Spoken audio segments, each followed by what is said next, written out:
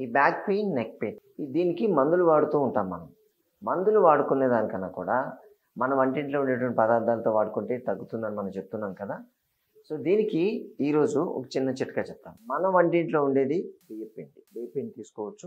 Plus మన వంటింట్లో ఉండదు యూజువల్గా, దాన్ని యూజువల్గా అంటే ఏదో పాషాణం కింద సజెస్ట్ చేస్తూ ఉంటారు.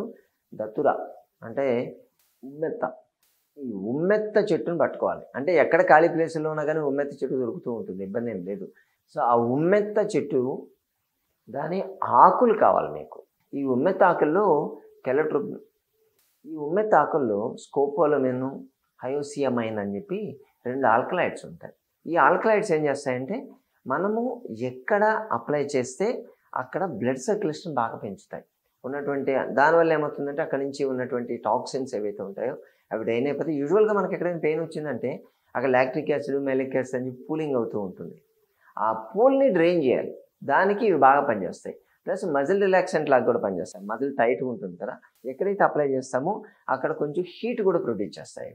అందుకని వీటిని యాక్చువల్గా తీసుకొని మెడిసిన్స్లో కూడా యూజ్ చేస్తూ ఉంటారు. కాకపోతే కొంచెం జాగ్రత్తగా ఉండండి. వీటిని నోట్లో పెట్టుకోవడం కానీ అటువంటి ఏమి చేయకుండా ఉండాలి. ఎందుకంటే పాషాణాల కిందకి వస్తాయి, అంటే కొంచెం విష పదార్థాల కింద చూస్తారు. చాలా జాగ్రత్తగా చూడాలి.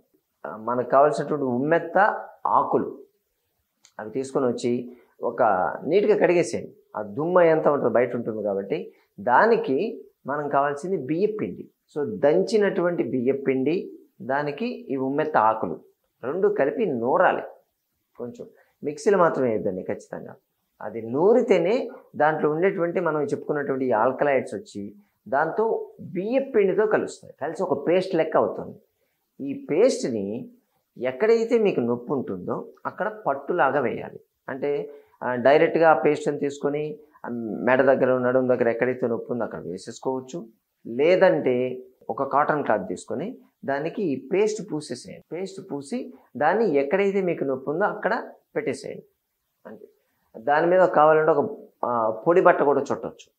చుట్టి అలాగే ఉండాలి, పడుకొని ఉండాలి. దాన్ని కట్టుకొని మళ్ళీ ఇంట్లో పని చేస్తే లాభం లేదు. రెస్ట్ ఇవ్వాలి. దేనికైనా సరే మనం బ్యాక్ పెయిన్, నెక్ పెయిన్ కూడా చెప్పేది rest is the best cure అంటాం కదా. కాబట్టి ఇది వేసుకొని పడుకోండి. మీకు ఎప్పుడు టైం దొరికితే అప్పుడు.